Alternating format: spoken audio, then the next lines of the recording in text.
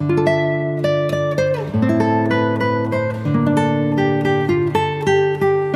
Guys, welcome back to my channel. So guys, आज मैं आपके लिए लेके आया हूँ मीटियोराइट गार्डन के एपिसोड 38 की एक्सप्लेनेशन। अगर आपने इससे पहले के एपिसोड नहीं देखे तो आप उन्हें हमारे चैनल पे जाके देख सकते हैं, और साथ ही में मैं उन वीडियो के लिंक नीचे डिस्क्रिप्शन में भी दे दूंगा, तो आप उन्हें भी चेकआउट कर सकते हैं। और मैं आपको रैंडम सीन हटाकर मेन स्टोरी के हिसाब से एक्सप्लेन करूंगा।